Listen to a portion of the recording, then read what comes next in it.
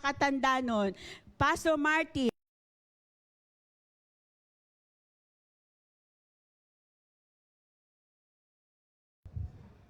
Ano pa ba yun?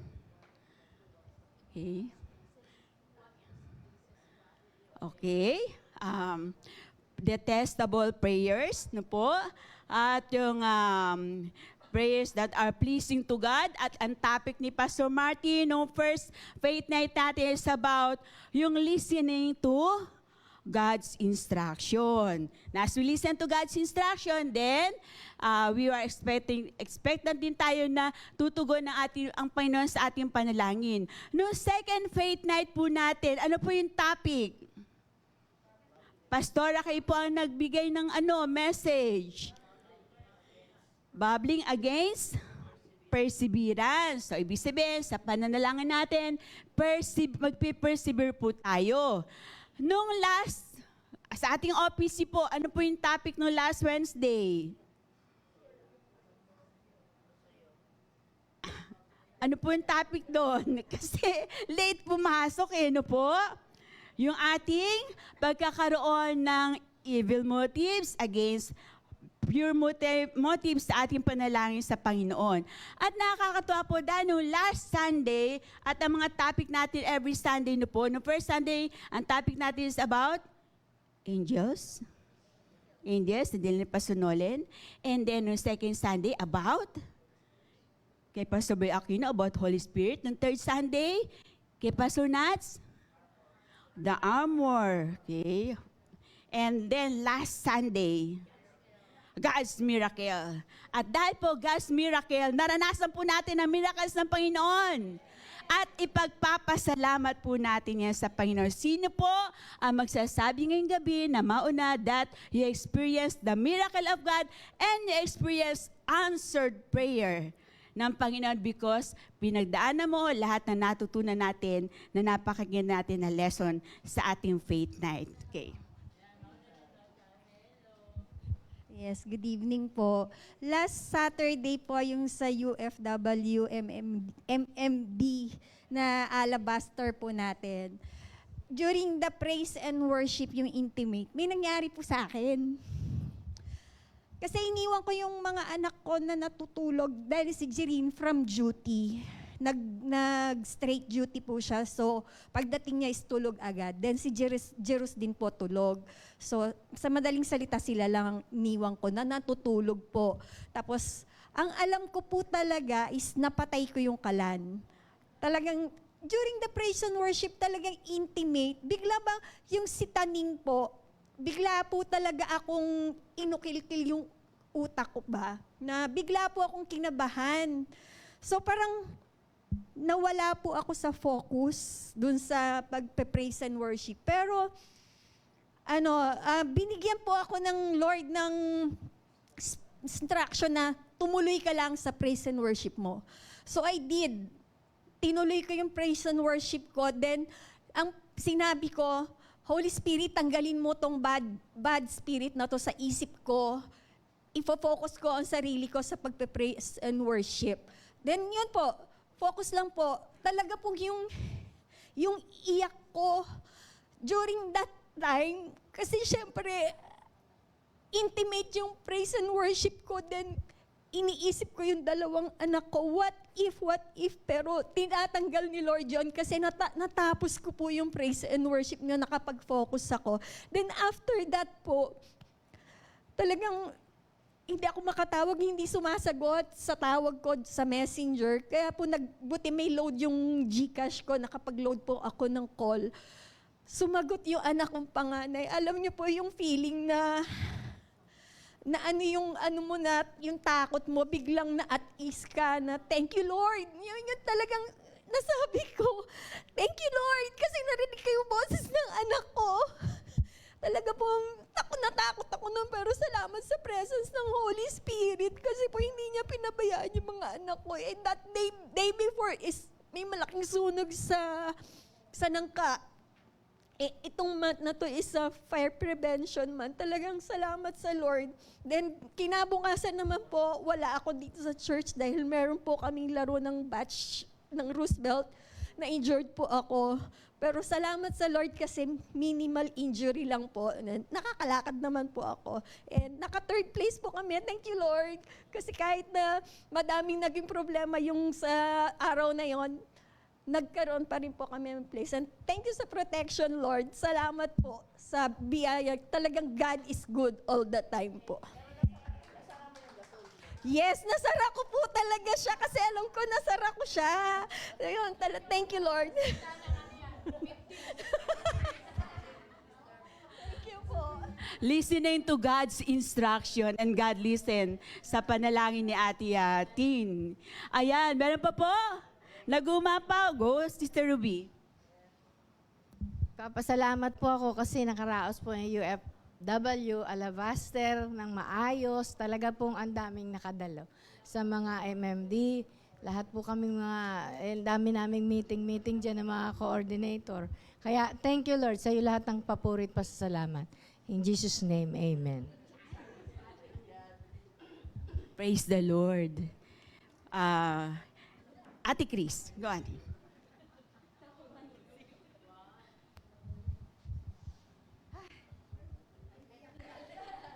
Kasi po marami pong nangangamusta sa nanay ko since pinaris ko siya kay Tita Au sa Prayer Warriors. So kagabi po, pengi pong mga 5 minuto kagabi po, sumakit ng, kasi Sunday pa lang po, si Mama nagsabi niya na siya sa amin na pag ihi na siya, pero ang dami-dami parang feeling niya, puno na yung pantog niya, pero pag magwiwiwi siya, konting-konti lang. Tapos kailangan niya pang mag-init ng tubig para makawiwi. Tapos konti pa rin yung iwiwiwi niya. Tapos kagabi, sumakit na daw ng sobra yung tagiliran niya. So nirush siya sa hospital. Ang unang roll out ba yun? RO. Rolled out? Roll out. O yun. Basta yun, RO. UTI. UTI daw. Tapos, nawala yung pain, pero bumalik ulit. So talagang, kaya dinagdagan yung labs niya, ano ba kung paano makita kung appendicitis ba o hindi, ganyan. Yung lab na yon.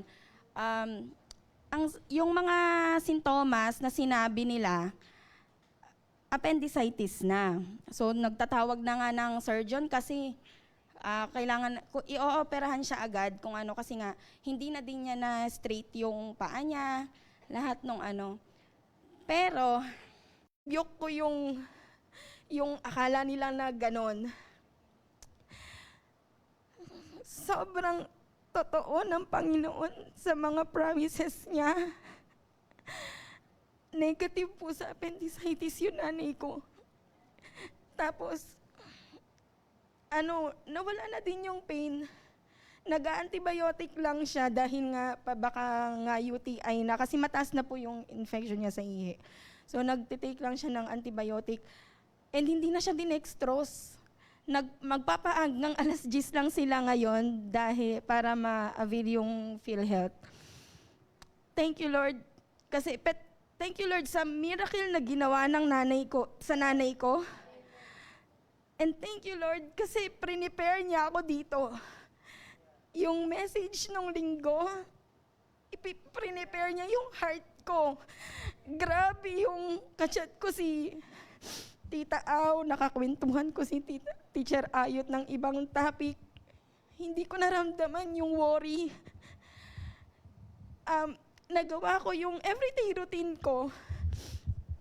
Alam mo lang, parang sobrang liwanag lang na sobrang kapayapaan yung nararamdaman ko. Kaya kong gawin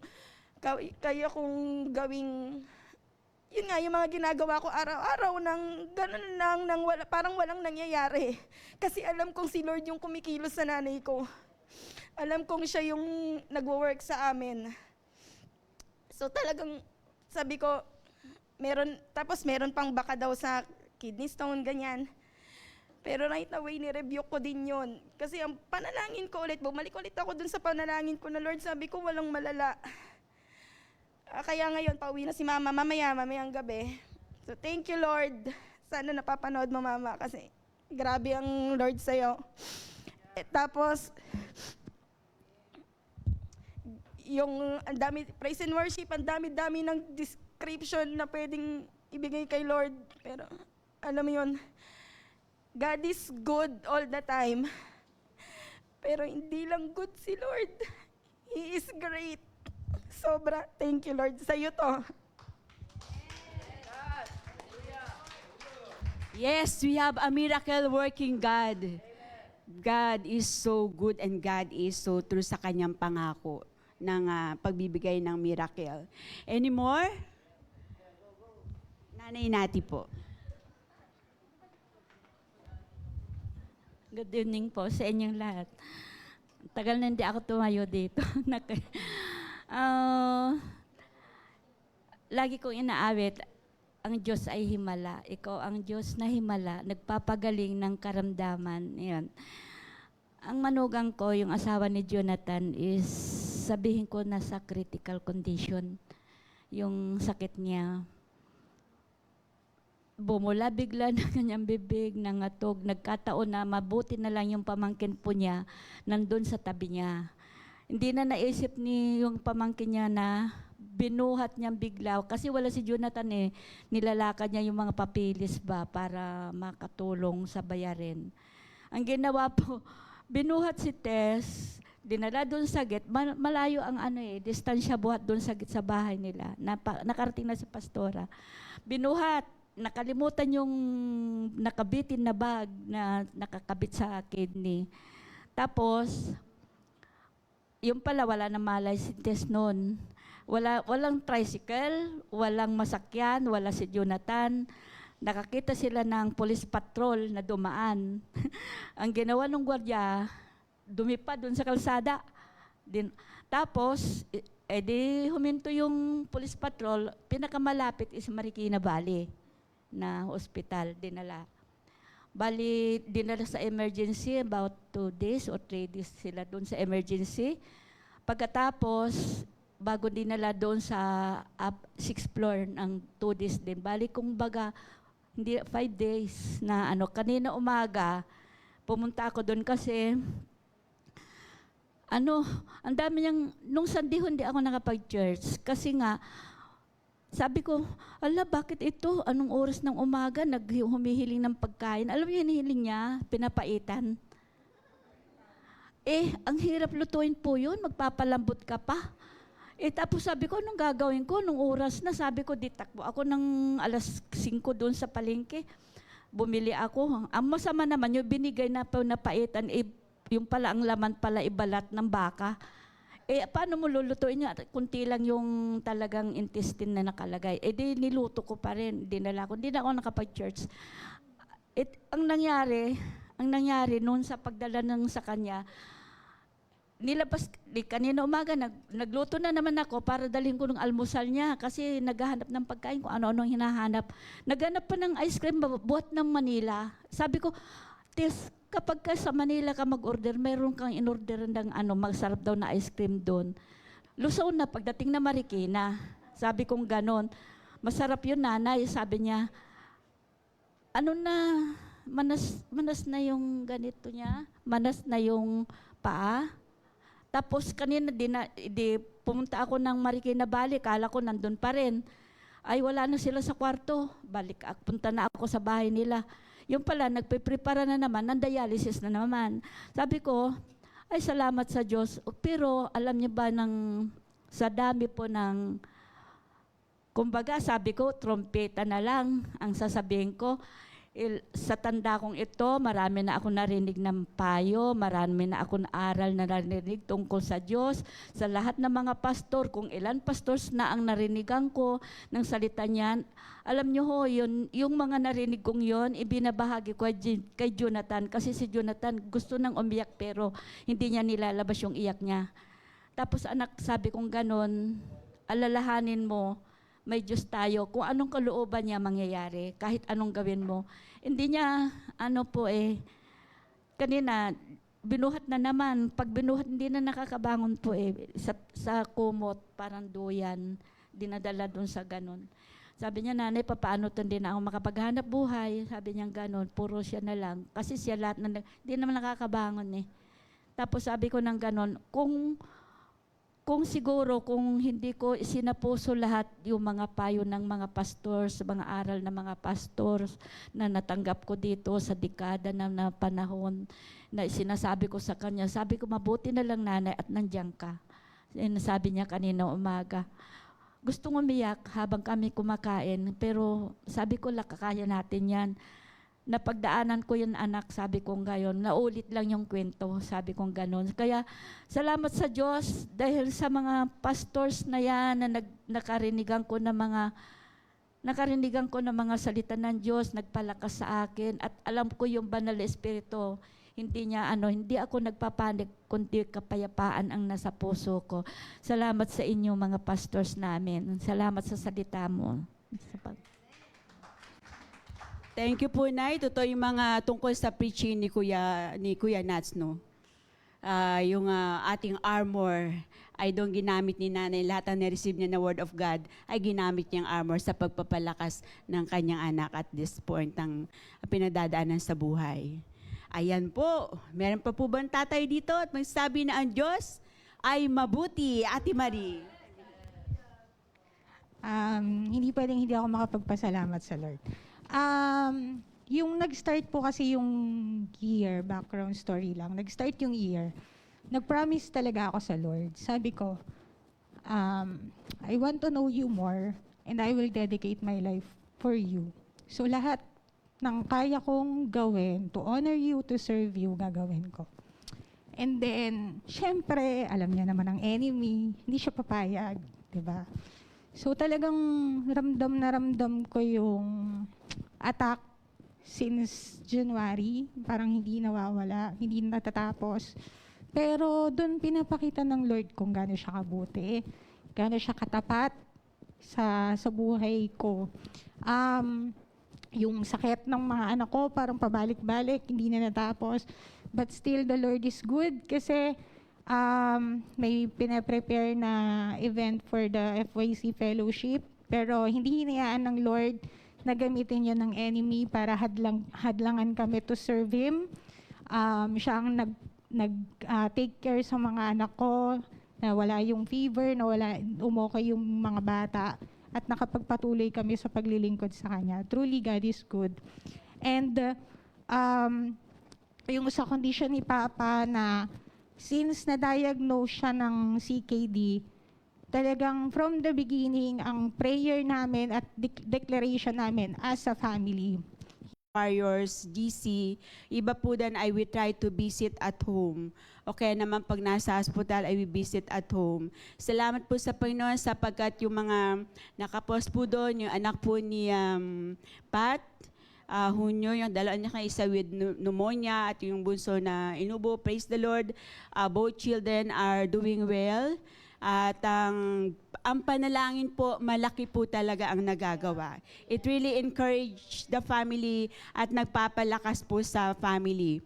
Kanina po, we also visited yung family po ng Camacho sapagkat buong family po nagkaroon ng flu. Mula dun sa bata, kay Ate Bener, kay Kuya Robert, at doon sa dalawang bata na si Jeff at yung isa pang kanyang pamangkin. Yung buong nakatira po sa bahay nagkasakit. Pero praise the Lord, andun yung kagalingan ng Panginoon at pagpapalakas ng Panginoon sa family. Kanina po, nagbisita kami ni Ate Baby at ni Ate Sister Ami.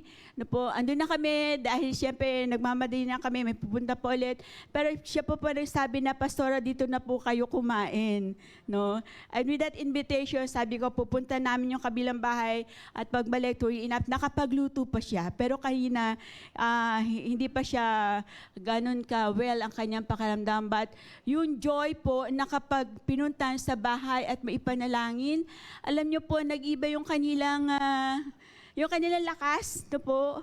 At yun yung sabay ni na Ate Bener kanina at paglipas paglipat po namin sa kabilang bahay, doon sa pamilya naman po ng Hernaline, sapagkat ganun po, yung tatay, mga anak, ay nagkasakit din po. I thought yun lang family yon. Pero the other family, yung family naman po ng Abalos, kay Reggie Abalos, yung isang anak may sakit din.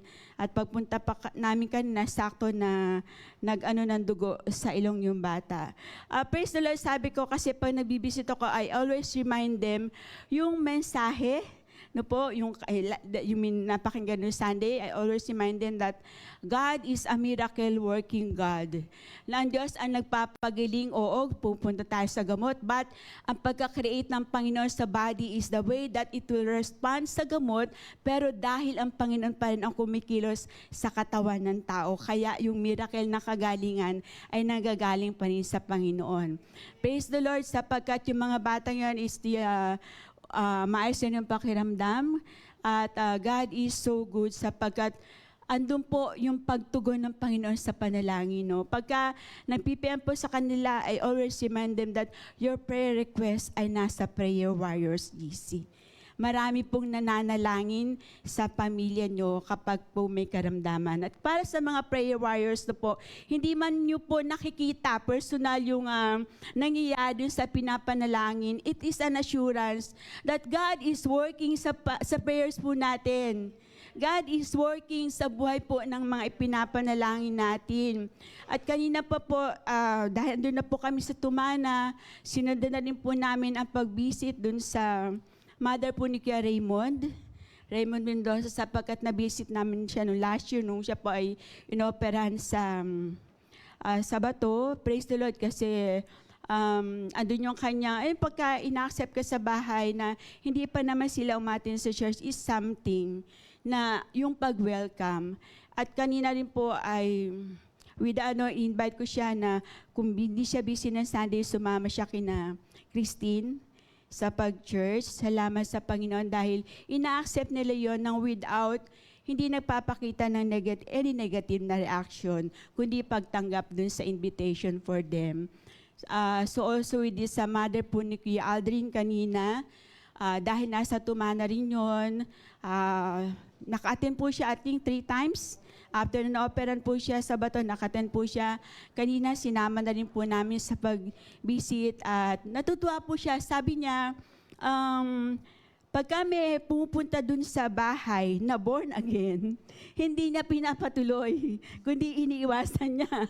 No po, iniwasan niya. Pero kanina, pagtawag po natin, baby, nakita niya sumilip dun sa 2nd floor, no? Tapos hindi agad siya lumabas. Siyempre, nangulit kami.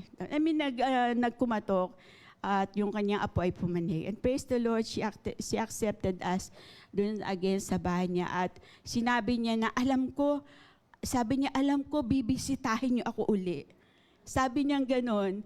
And we love natuwa siya sapagkat nabisita po ulit siya kanina. And God is working sapagkat yun yung mga tao yun nakasama po nating pinapanalangin. At ang ating panalangin po ay tinutugon ng Panginoon. Amen po? Ayan. Meron pa po ba na magpapasalamat sa Panginoon? Sige. Okay. Ayan. At Sister Janice. Good evening sa lahat, no?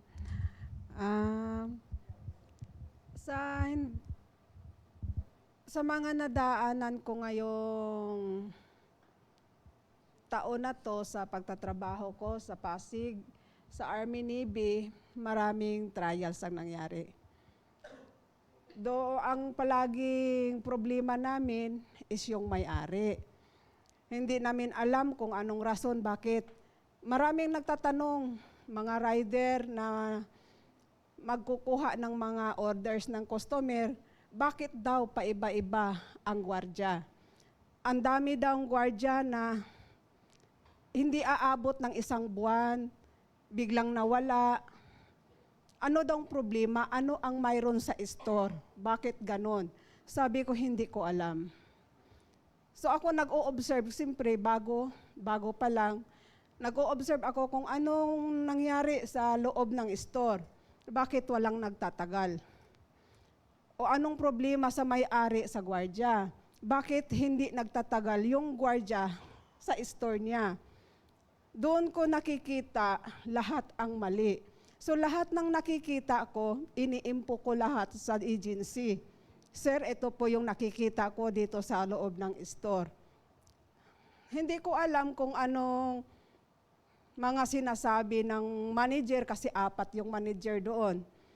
Kung ano ang mga sinasabi niya doon sa may-ari, bakit ganun kainit ang dugo niya sa gwardiya.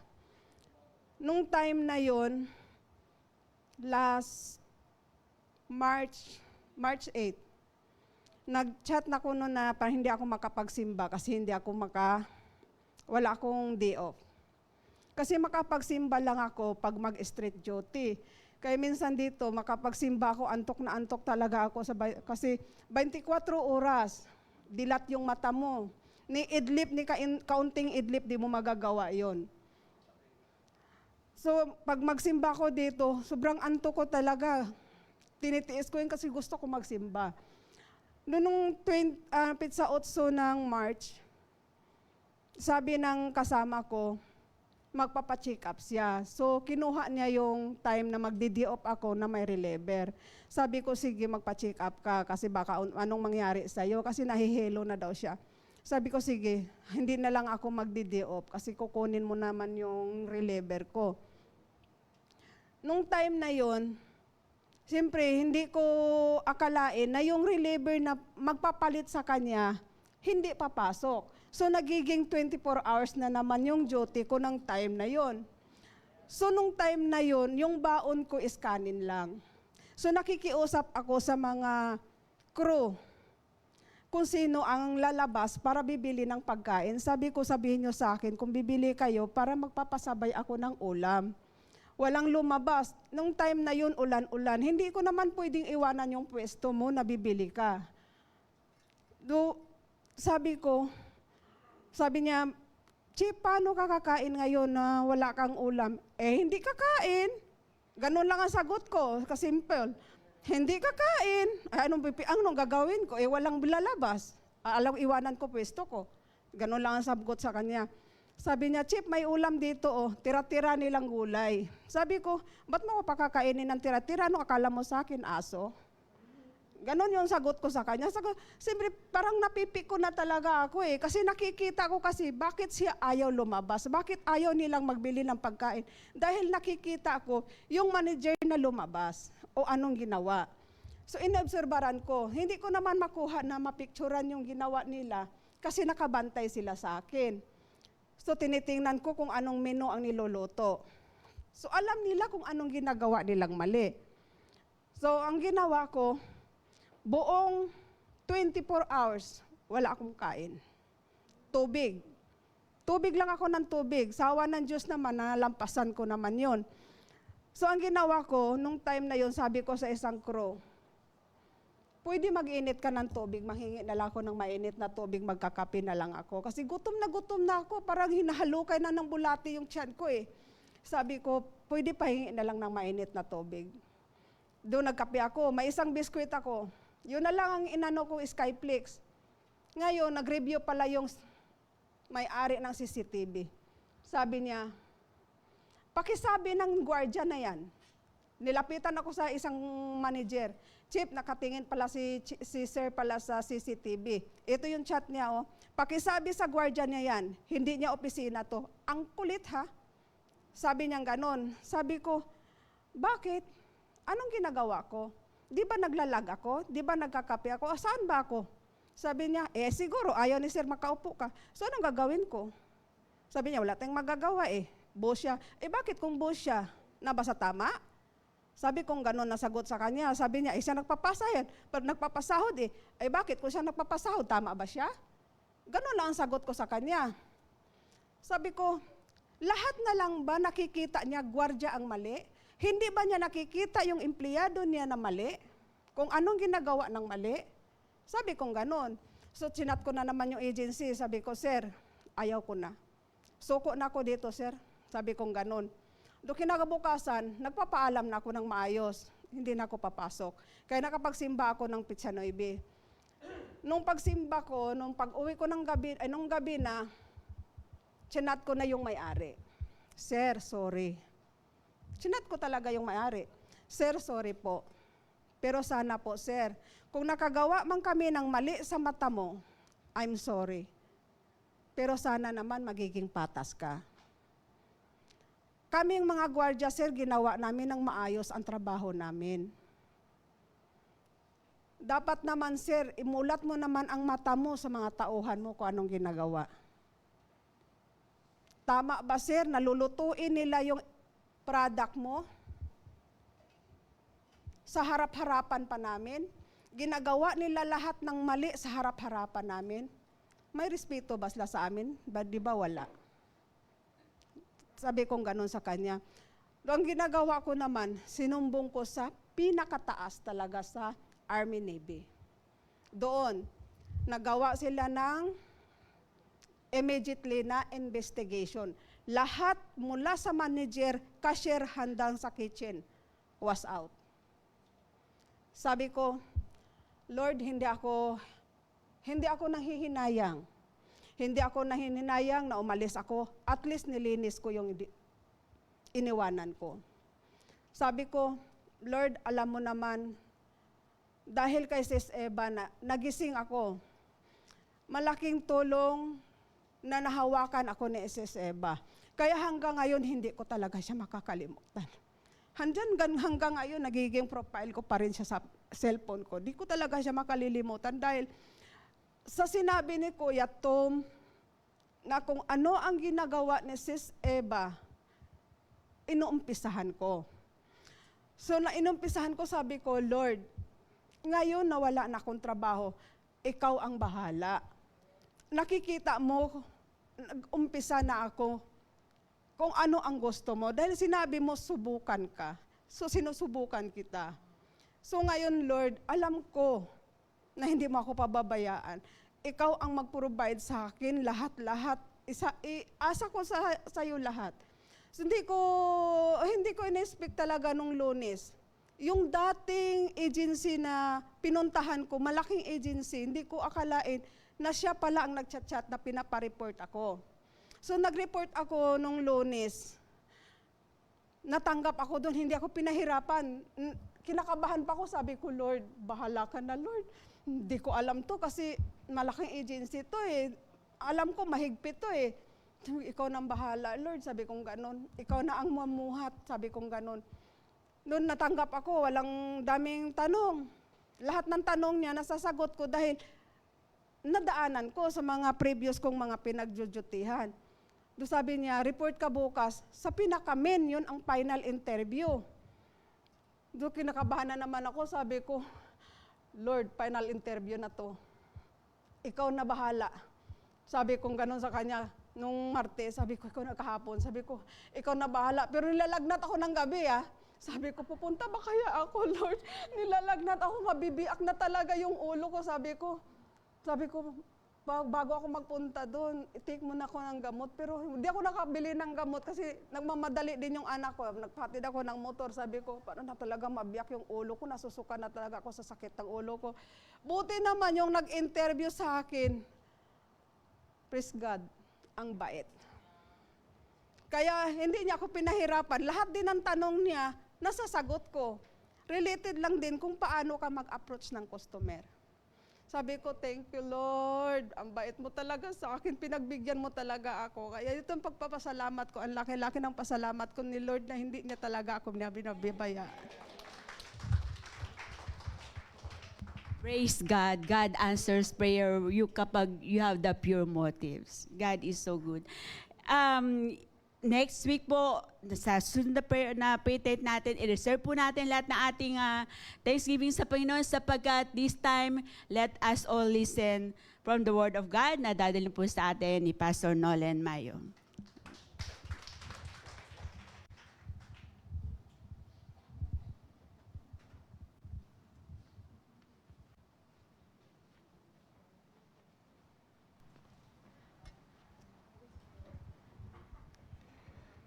Wonderful Wednesday, J. Clam at mga taga-live stream po natin. Yan.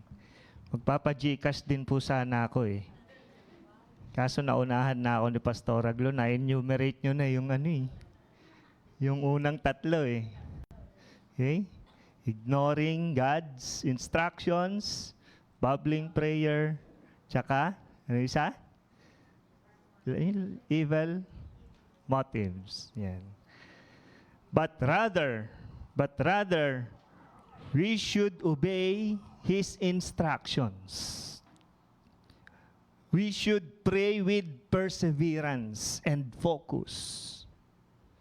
And we should have pure motives. Hindi po ba? Dahil ito yung gusto ng Diyos. Hindi ito yung detestable prayers, kundi ito yung nais ng Diyos na gawin po natin. Para, saan po? Para na sasagot niya ang ating mga panalangin.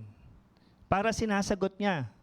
Gusto niyo po bang sagutin niya ang panalangin natin? Kaya nga po tayo nandirito, di po ba? Kaya tayo nakikinig ng salita sa live stream dahil gusto natin sagutin ng Panginoon ang ating panalangin. Sabihin niyo po sa inyong katabi, i-practice natin yan. Yan. Practice po natin, ha? Yan.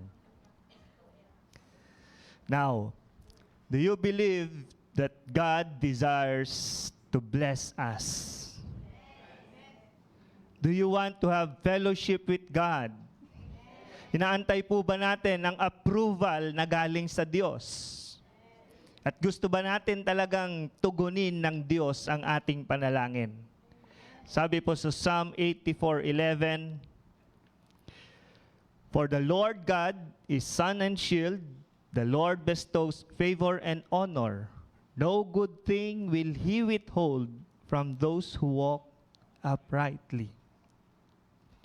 Hindi hinahadlangan ng Diyos ang lahat ng mabubuting bagay para sa atin. Amen po ba? Yeah. Gusto niya kontento tayo sa ating mga buhay. Gusto niya maayos ang ating mga kalusugan. Ayaw niya ng may karamdaman tayo. Ang Diyos gusto niya matuwid ang buhay natin. At nais niya mas maigting pa yung ating ugnayan sa Kanya.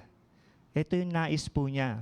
So let us continue to obey, to pray with perseverance, and to have pure motives para tugunin at ipagkaloob po ng Diyos ang mga bagay na ito.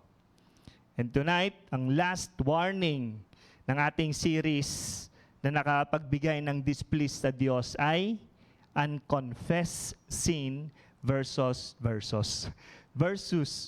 confessed sin. Yan. Nagugutom na yata ako. Yan. Unconfessed sin versus confessed sin. Yan. Sabi po sa Proverbs 28:13, sa Pinoy version po ito, hindi aasenso ang taong nagtatago ng kasalanan. Yan. Tama po ba? Yan. Pero maawa ang Diyos sa taong umaamin at tumatalikod sa mali niya. Yan. Yun ang barrier. Kikreate tayo ng barrier na kung saan ito ay katulad ng isang drape. Alam niyo po yung drape? Pag nanonood kayo ng teatro, di ba yung cortina po nun? Pag may mga kasal ngayon, meron na ring drape. Bago lumabas yung bride, may drape na rin. Kapag may unconfessed sin po tayo, ganun ang nangyayari. We pull down yung drape. We pull down yung drape. Kapag may hadlang, ano po ang nangyayari? Kapag may hadlang, may drape, ano ang nangyayari? Pakiramdam natin, hindi tayo pinapakinggan ng Diyos. Para bang ayaw ipagkaloob ng Diyos ang mga desires ng puso natin? Tila ba ang layo ng Diyos sa atin? At pakiramdam natin, may problema tayo sa fellowship sa Kanya. Ang malala pa dyan ay we accuse God na siya ay iniwan tayo. Sinasabi, niwan na ako ng Diyos. Pinabayaan na ako ng Diyos. But the truth is, ang nang iwan ay tayo. Tayo ang totga. Yan. Sabihin niyo po sa inyong katabi, totga. Yan. Alam niyo po ba yon? Yan. Yan. Ang nakakalungkot pa dito, hindi lang natin ina-accuse ang Diyos na nilalayuan tayo, but we also get angry sa Kanya. Nagagalit tayo sa Kanya dahil hindi niya tinutugon ang ating mga panalangin. Mas galit pa tayo sa Kanya dahil ang buhay natin ngayon ay mas mahirap pa. Pero isang consequence ng unconfessed sin leads to death. Kamatayan. Alam niyo po ba yung Acts 5:1-10, yung story ni Ananias and Sapphira? Unconfessed sin. Right there and then, namatay sila. Di po ba? Now, when we say unconfessed sins, ito ay mga kasalanan, iniquities, transgressions na nananatiling tinatago natin sa Diyos, sa tao.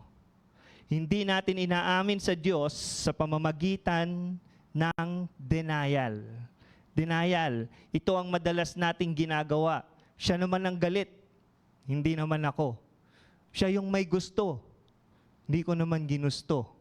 Di po ba? Parang ayaw nating madamay doon sa kasalanan. Kaya nagde-deny tayo. O kaya we neglect. Wala namang nakita, wala namang nakakita, wala namang nakakaalam. Bakit ko pa sasabihin? We neglect. Pero ang pinakamahirap po dito ay yung we willfully separate from His grace. Willfully separate from His grace. Tayo na mismo yung lumalayo sa biyaya ng Diyos. Ito ang maaaring hindi nauunawaan ng karamihan kapag meron pong unconfessed sin. Imbes na naintindihan natin, naunawaan natin yung grace, madalas nating naririnig yan. Yung biyaya ng Diyos, yung kahabagan ng Diyos, madalas nating naririnig yan. Pero baka hindi nga natin naintindihan, kaya patuloy tayong nagtatago ng ating mga kasalanan. Kaya kung ganito ang nagagawa natin sa ating pagkakasala, tatagos ito sa buhay natin. Tatagos ito hanggang sa kumalat na para bang isang virus. Ang relasyon natin sa Diyos ay naapektuhan, nagtatampo tayo sa Kanya, minsan sa kapwa natin, mainitin ang ulo natin, o hindi natin pinagkakatiwalaan, at even sa sarili mo, lagi kang malungkot, depressed, o di makamove on sa buhay dahil sa unconfessed sins.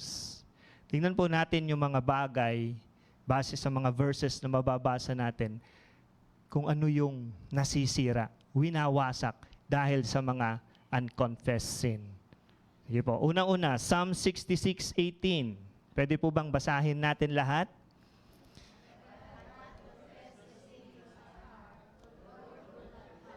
The Lord would not have listened. When we have unconfessed sins, katulad na nabanggit ko kanina, ito ay naninira ng fellowship natin sa ating Diyos.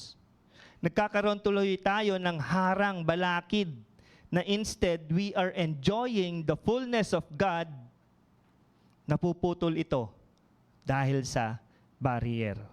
Ang nangyayari sa spiritual natin ay nagiging dry.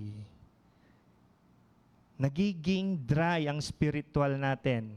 Kaya pakiramdam natin ang layo ng Diyos. Ang panalangin natin para bang ineffective Kaya hindi na tayo nananalangin.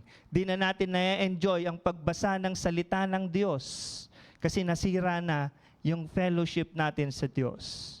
Ang pagpupuri natin sa Kanya ay para bang hungkag. Yan. So, ni-research ko pa yun. Hungkag. Yan. Yan. Wala kang nararamdaman or empty yung pagpupuri mo sa Panginoon.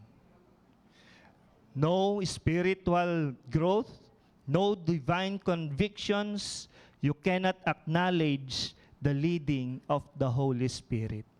If we have unconfessed sins, ganyan po ang nangyayari sa buhay po natin, lalong-lalo na sa spiritual life natin. Sabihin mo sa inyong katabi, huwag kang hungkag.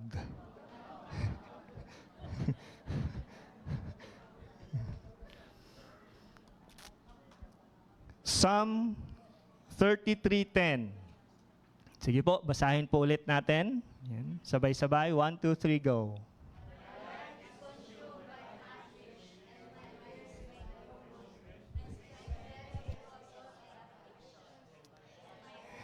Yan. Kanina, spiritual yung sinisira ng unconfessed sin. Ngayon, may physical repercussions ang unconfessed sins. Studies and observations show that one of the reasons kung bakit di ka makatulog, kung bakit stress ka, kung bakit may mga mental factors ay dahil namumuhay ka under unrelieved guilt or unconfessed sin. Minsan sinisisi pa natin ang trabaho. Ang dami ko kasing trabaho kaya ako na-stress. Baka naman may tinatago kang kasalanan and you continue to deny it sa harap ng Diyos at sa tao. May relasyon ang mga nararamdaman nating sakit sa mga unconfessed sins po natin. Masakit ang ulo, humihina ang immune system natin. Ang sabi sa binasa natin ay nagkaka-arthritis ka. Yan. Di po ba? Yan. O kaya nauubos ang lakas mo. Nauubos ang lakas mo. Dahil saan? Sa afflictions, iniquities, sins. Ano ang gusto nating ipunto rito? Ikumpisal po natin ang ating mga kasalanan para ikaw ay pagalingin upang ikaw ay lumakas physically. Yan. Sabihin niyo po sa inyong katabi, huwag matigas ang ulo.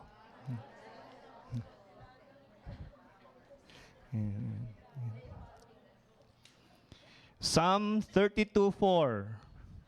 For day and night your hand was heavy on me. My strength was drained as in the summer's heat. Yan.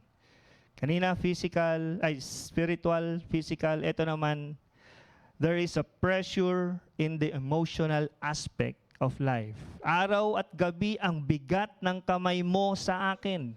Ito ang sinambit ni David sa kanyang awit nung siya ay nagkasala sa Diyos at nanahimik si David. Hindi pa siya nag-confess. Again, warning, brethren, if we have unconfessed, there is freedom.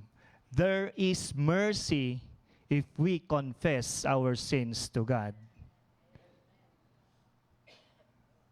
Sabihin niyo po ulit sa inyong katabi, huwag kang maramdamin.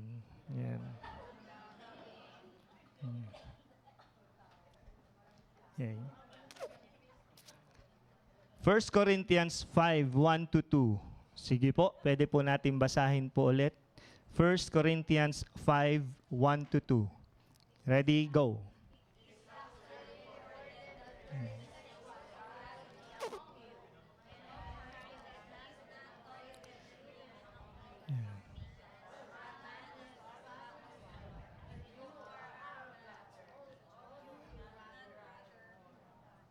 Okay. Unconfessed sin also affects relational aspect of life. Individuals isolate themselves to God and also alienates themselves to other people. In this context, nagkaproblema ang church dahil may incest practice na nangyayari sa mga taga-Corinthians. Instead of confessing this sin, ay anong sabi po dyan? Pinagyayabang pa at di man lang sila magluksa o manlumbay sa nangyari.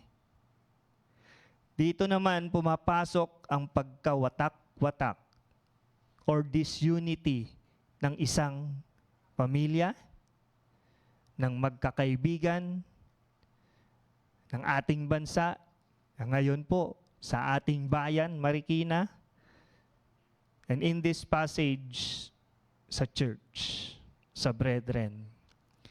Pride can disrupt love among believers.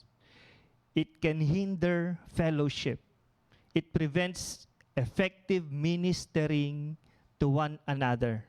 It also quenches the Holy Spirit moving. Yung pride po, we weaken communication, erode trust, and foster resentment. If we conceal our wrongdoings, pag lagi po nating tinatago ito, sabi nga, lahat po tayo may pride at lagi nating tinatago ito, hindi natin kino-confess. Mas lalo pong magkakawatak-watak ang isang grupo. Okay? Yan. Sabayin niyo po sa inyong katabi, huwag kang mapagmataas. Yan. Yan. James 4:17.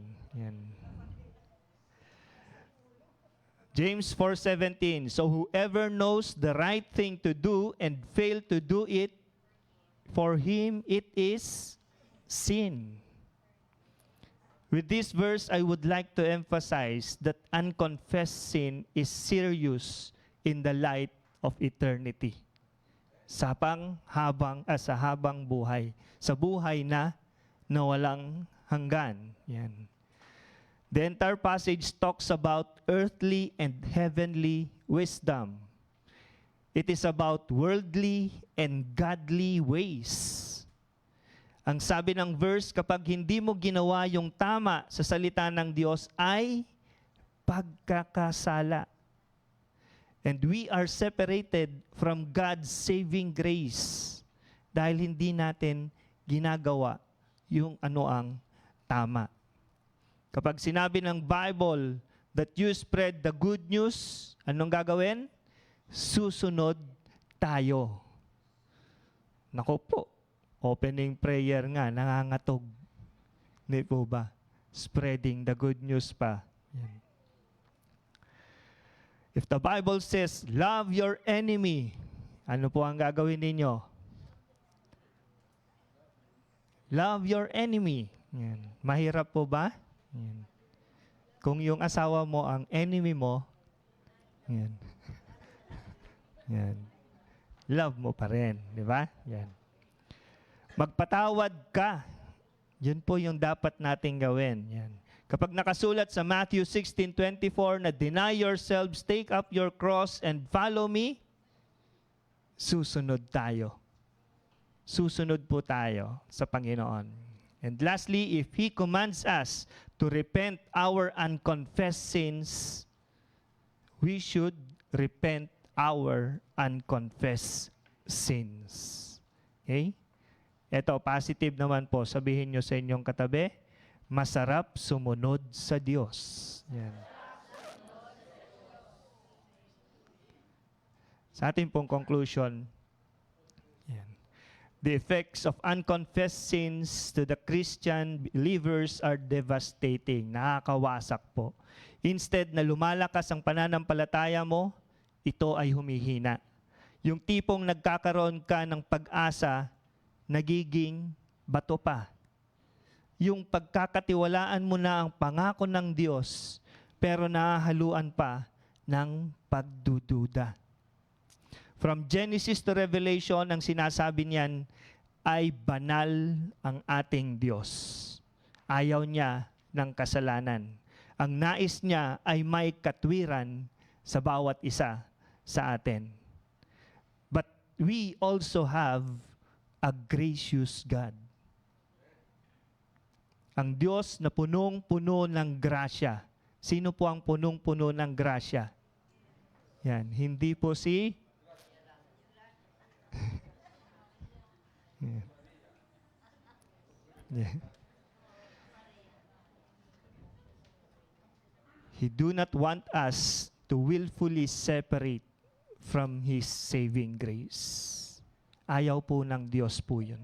Yung mapalayo tayo sa Kanyang biyaya. Last verse natin, Isaiah 59, 1-2.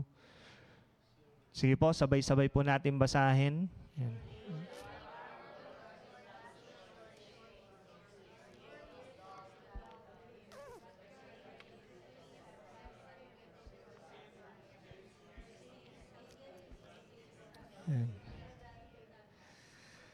Nothing will He withhold. He wants to bless us, but our unconfessed sins separate us to experience the fullness of God. His arm is not too short. His ear not dull. He is waiting for us to come to Him, and He longs to enjoy yung fellowship natin sa Kanya. Gusto ng Diyos, maayos yung ugnayan, maayos yung relasyon natin sa Kanya. Kaya yung unconfessed sin na ito, alisin po natin. Alisin po natin sa mga sarili po natin. Before we pray, alam po ba natin na ang mga Pinoy ay magagaling po sa paghingi ng tawad? Kahit nasa ibang bansa sila, tawad ng tawad yan. Yung 100 peso na item, kaya nilang tawaran yan, maibaba hanggang 30 peso. Di ba? Di ba? Ganon ang mga Pinoy. Tama po ba? Pero ang mga Christians, bakit hirap na hirap humingi ng tawad? Tawad sa Diyos. Hindi po ba? Ito po yung gagawin po natin ngayon. Pero bigyan ko lang po kayo ng practical tips kung paano po gagawin, ma-confess natin yung mga kasalanan po natin. Yan. Tawad. Yan. Tawad lang po yun. Tawad lang yung tips po natin. Turn away from sin. Kailangan po ng repentance. Kailangan ng heartfelt decision na i-abandon na natin ang kasalanan. Huwag na nating ulit-ulitin yung paborito po nating kasalanan. Okay? Letter A, acknowledge your sin. Acknowledge your sin. Just simply admit your sin without blaming others. Huwag mo nang isisi sa iba. Kasalanan ko yung nagawa ko. Maganda nga po, you confess to trusted believers, sa mga care circles po ninyo, sa mga spiritual mentors po ninyo, i-confess nyo po yung inyong kasalanan. W. Yan. Walk in accountability. Yun nga po, yung nabanggit ko kanina. I-confess natin sa ating mga... Sige po, ito po yung gagawin po natin. Hingi po tayo ng tawad sa Panginoon, lalong-lalo na sa mga unconfessed sins po natin. Okay? Marahil may mga pinasok or binabanggit, pinapakita na ang Holy Spirit sa atin ng mga nagawa nating kasalanan na hindi pa natin naihingi ng tawad. This is the time na humingi po tayo ng tawad sa Panginoon. May I ask everyone po to stand. Hanap po kayo ng pwesto po ninyo at bibigyan po namin kayo ng time to pray for your personal sins na hindi pa ninyo nako-confess sa Panginoon po. Okay? Ganon din po sa mga nasa online. Kung meron po kayong mga unconfessed sins, this is the time po na i-confess na po natin. Okay? We personally confess our sins to the Lord. Yung mga sexual immoralities natin, marahil nakagawa tayo ng adultery, fornication, incest, masturbation, and others in the past or still hanggang ngayon ginagawa po natin. O kaya naman po, you willfully separate from God's grace. Naging kalus na tayo sa Panginoon. Nag-backslide na tayo sa Kanya. Then, this is the time to confess our sins sa ating Panginoon. Sige po, bigyan po natin kayo ng panahon para dito.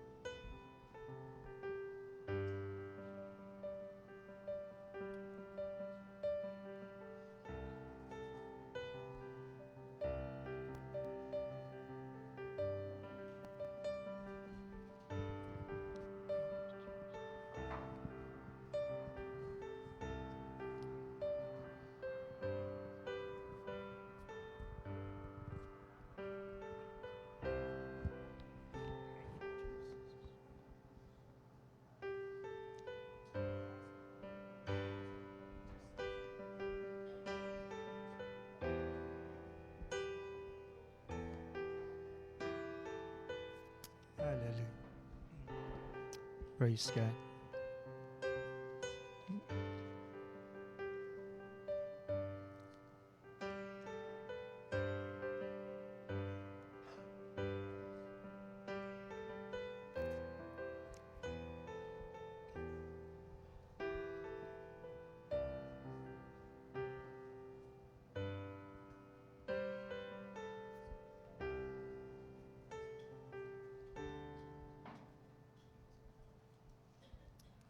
Hallelujah. Sarap po ng pakiramdam, di po ba? Yan. Yung release tayo sa mga ganitong bagay, napakasarap po, napakagaan sa ating pakiramdam. This time po, pwede po ba kayong lumapit sa inyong family? Yan, magsama-sama po ang family or clan. At meron po tayong ipapanalangin. Yan.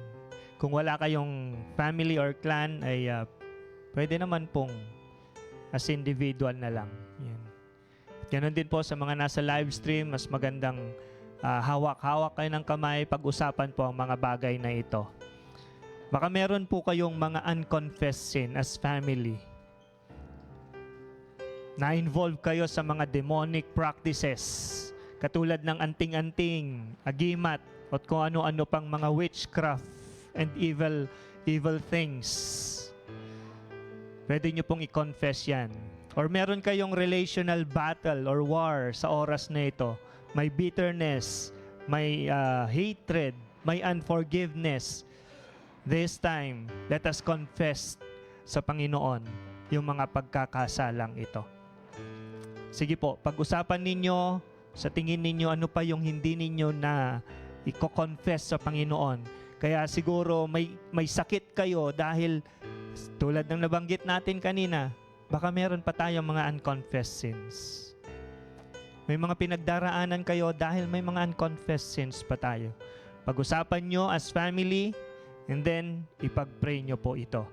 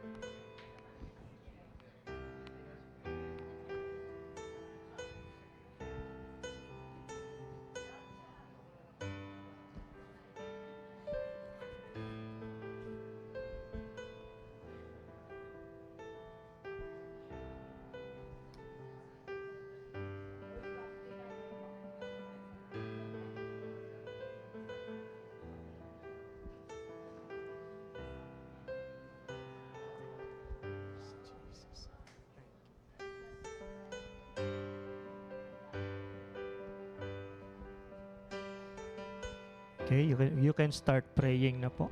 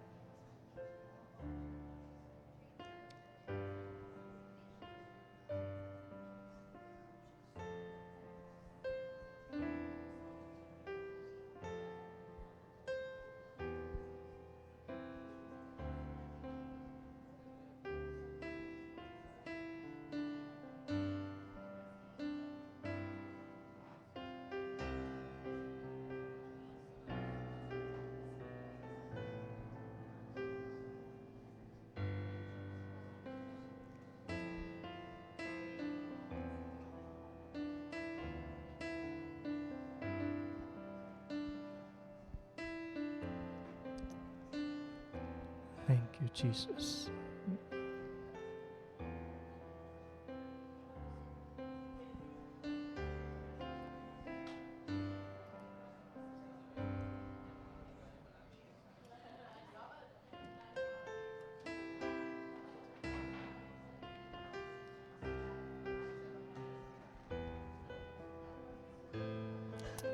Hallelujah.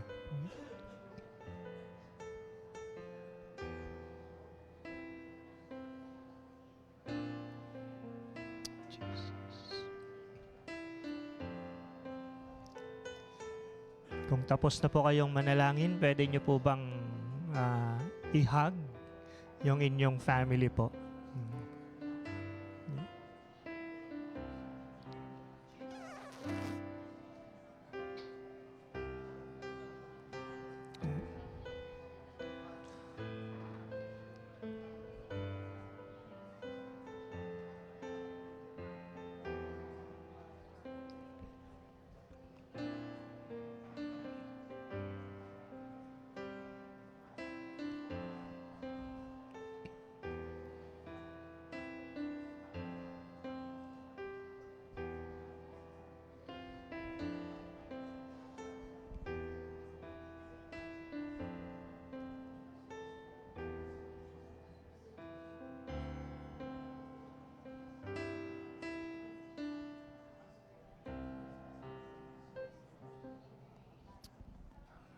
Thank you, Jesus.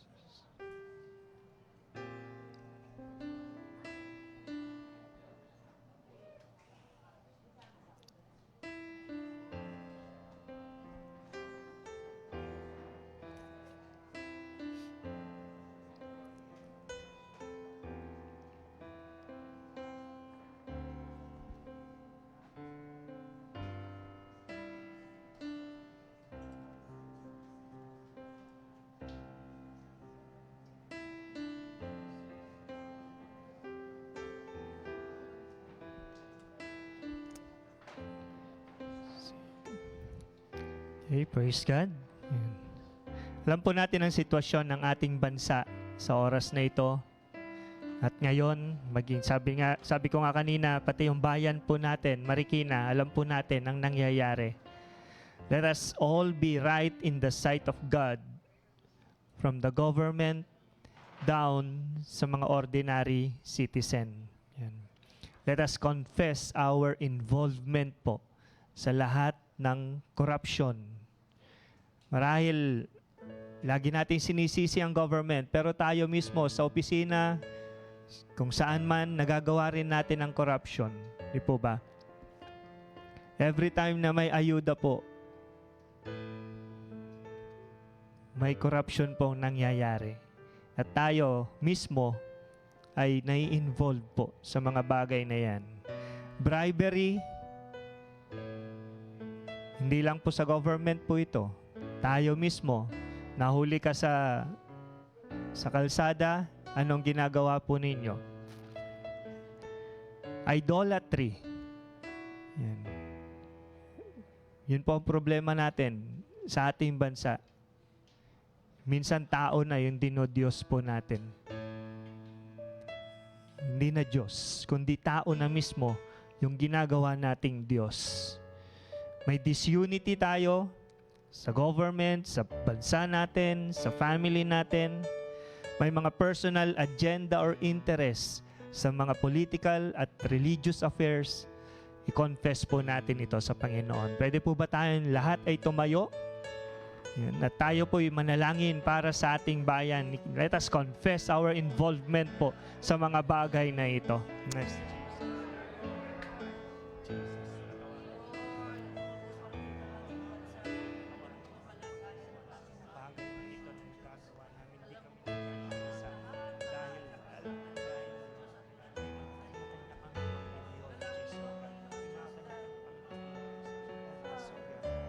Forgive us, O God. Forgive us, O Jesus, sa mga bagay na ito. At alam natin dito kung pinagkakawat. Humble ourselves, Panginoon. You will heal our land. Salamat, Panginoon. Panginoon, na i-involve kami sa mga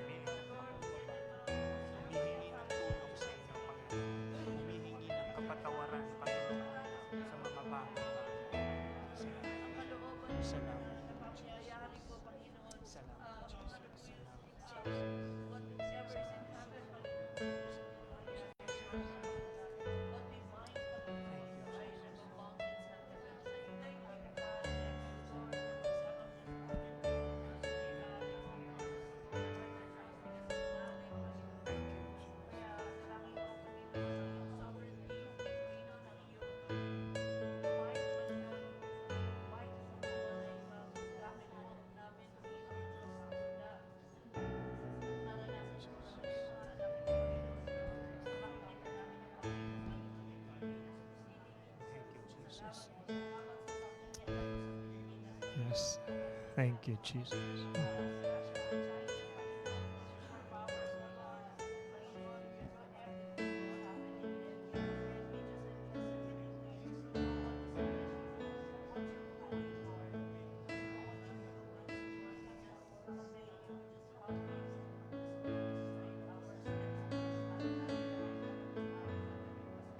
Thank you, Jesus. Hallelujah. Praise God. Thank you, Jesus. Maaari po tayo maupo. Sa mga nasa live stream po, pwede nyo na pong simulan, i-type yung inyong prayer, personal request. Ilagay nyo na po yan sa comment section. At habang nababasa po ninyo, you can utter prayers po sa mga nagtatype po ng kanilang prayer request. At dito naman po sa sanctuary, can you find a partner? Dalawa lang po kayo. At ipanalangin ng isa't isa, lalong-lalo na po yung prayer, yung personal request po ninyo. Banggitin nyo lang yung personal request and then pray for one another. Yan. Dalawa lang po para mabilis po kayo.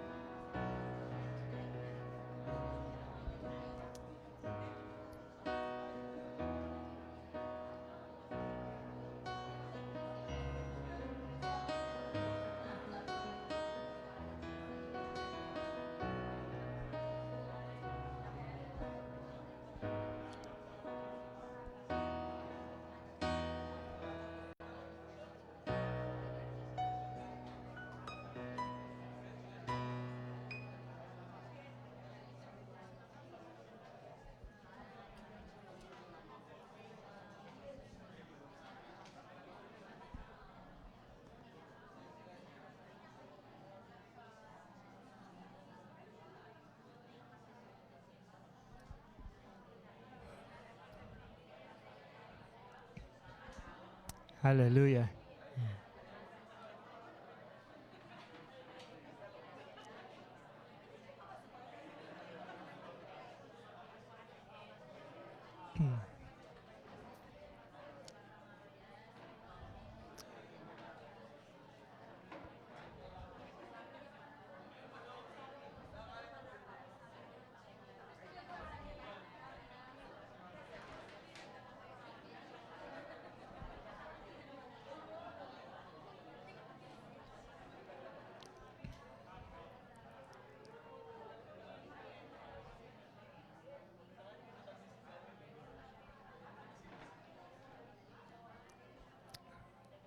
Thank you, Jesus.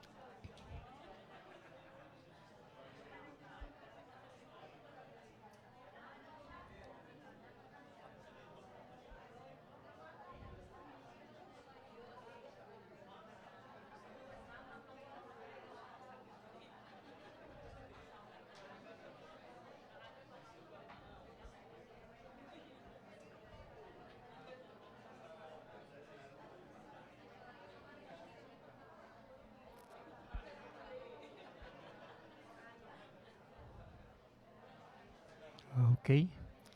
Last item po natin, papanalangin po natin ang ating gawain po sa church. Yan.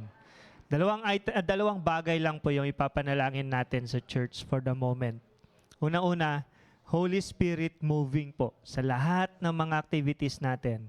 Yung Sunday services, yung mga care circle activities, yung mga children's church, yung mga lahat po ng mga department fellowships, at saka mga prayer meetings, faith night, OPCs, lagi po nating ipanalangin na kumilos ang banal na spirito sa lahat ng mga gawain pong ito. And number 2 ay yung direction or wisdom naman po galing sa Panginoon. Wisdom sa discipleship program po natin, wisdom kung paano sisimulan yung grace building, wisdom kung ano na pong gagawin doon sa PH208 natin, sa JCLAM CS, sa church plans po natin, church planting at mga bagay-bagay pong ito. Okay? So dalawa lang po, Holy Spirit moving at wisdom galing sa Panginoon. Sige po, panalangin po natin ito sa Panginoon.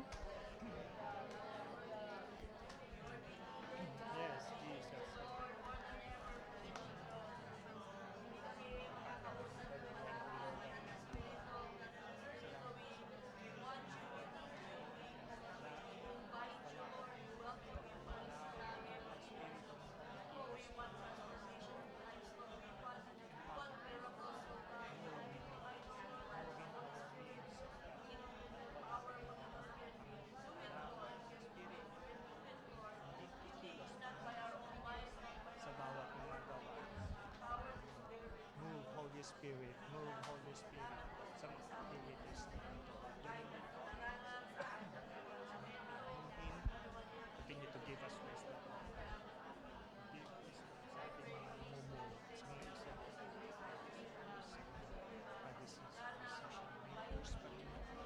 Continue to give us the wisdom how to move sa lahat ng church. Salamat.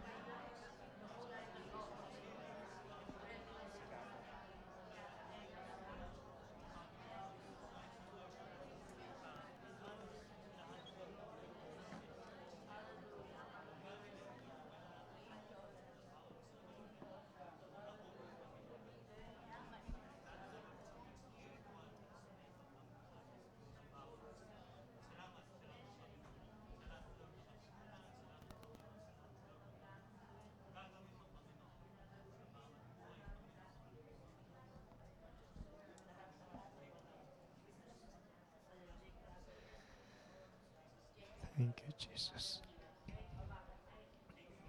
Hallelujah.